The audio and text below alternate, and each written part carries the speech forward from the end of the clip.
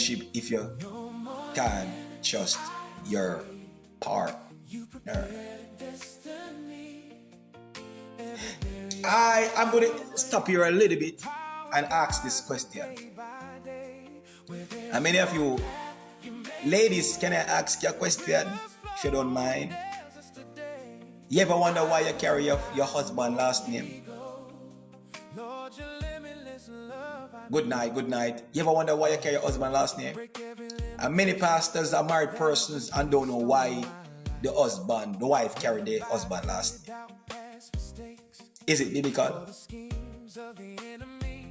Can I answer that please if you don't mind? And I'm going to say this to all the married couples out there before I answer that question. To all the married couples out there, and I'm going to say this with respect. With respect. When the Bible said that who God joined together, let no man put asunder. When you get married to an individual, please listen to this. This is very important. When you get married to a man, the Bible says, leave your mother and your father and cleave to your wife. Cleave to your husband. You must do two become one. And I understand the whole entire paperwork and all of them stuff. But when you married to your husband, ladies, your father last name must be dropped. Many of you may not agree with me with this, but it's just the truth. When you married to your husband, you must begin the process of dropping your father last name that was given unto you. Don't hyphenate it.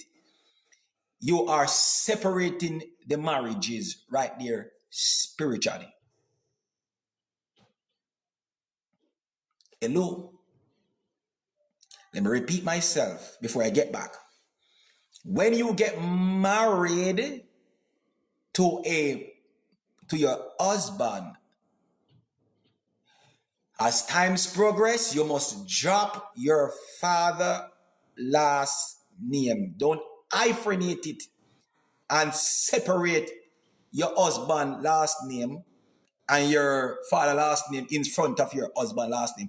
Your father last name, which is your last name, in front of your husband name, you are separating it. If you notice that most time when you see, for instance, black, and you see white over here, you see one hyphen it, you are separating it, you are separating the relationship spiritually. Your father last name must be dropped. Your father last name must not come in front of your husband's name. You take on that name. You take on that name. Now, before I get back, now, many persons getting married and they don't know why the pastor them are married, don't know, and don't even explain this. And many of you guys getting married over the years and don't know why why you take your husband last name. Many of you getting married, and if you ask the pastor why, then can't tell them. Some of them can't tell them. Let me show you something, people of God. The Bible said that what? In Genesis chapter 5, verse 1. It said that this is the book of the generation.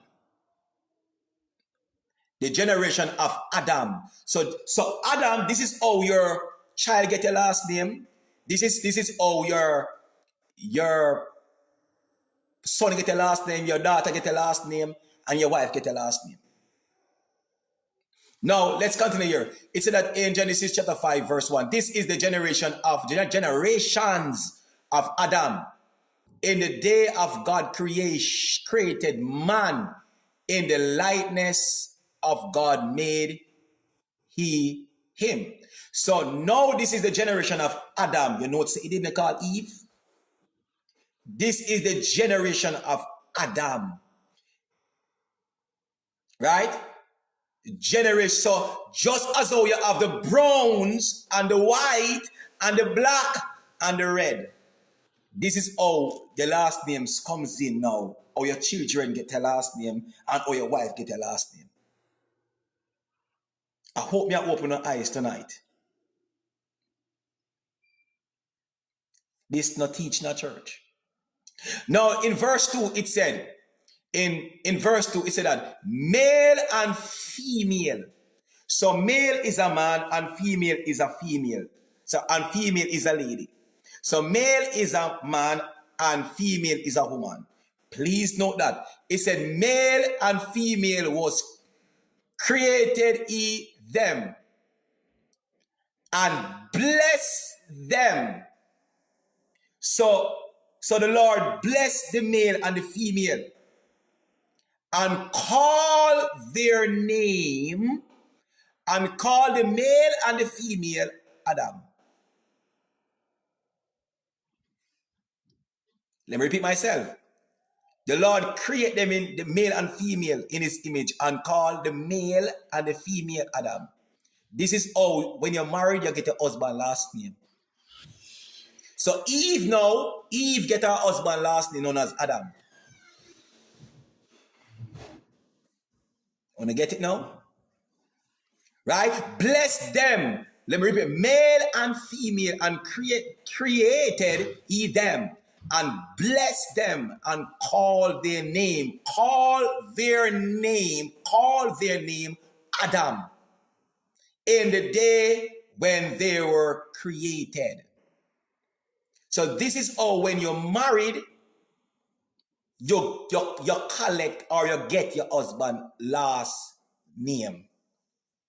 This is how your children get your father last name.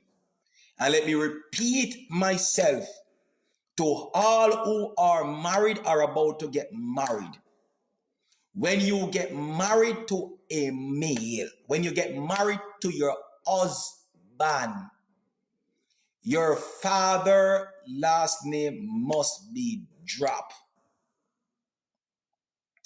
Now your husband take the place of your father last name.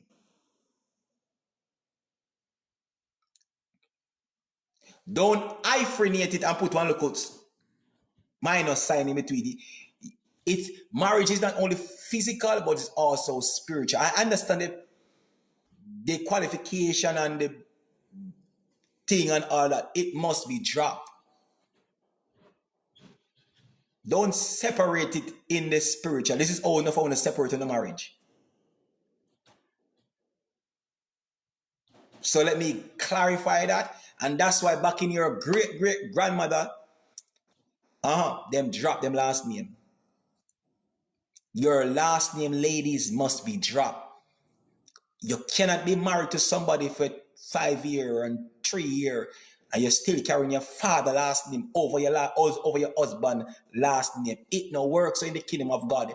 It's not only physical, but it's also spiritual.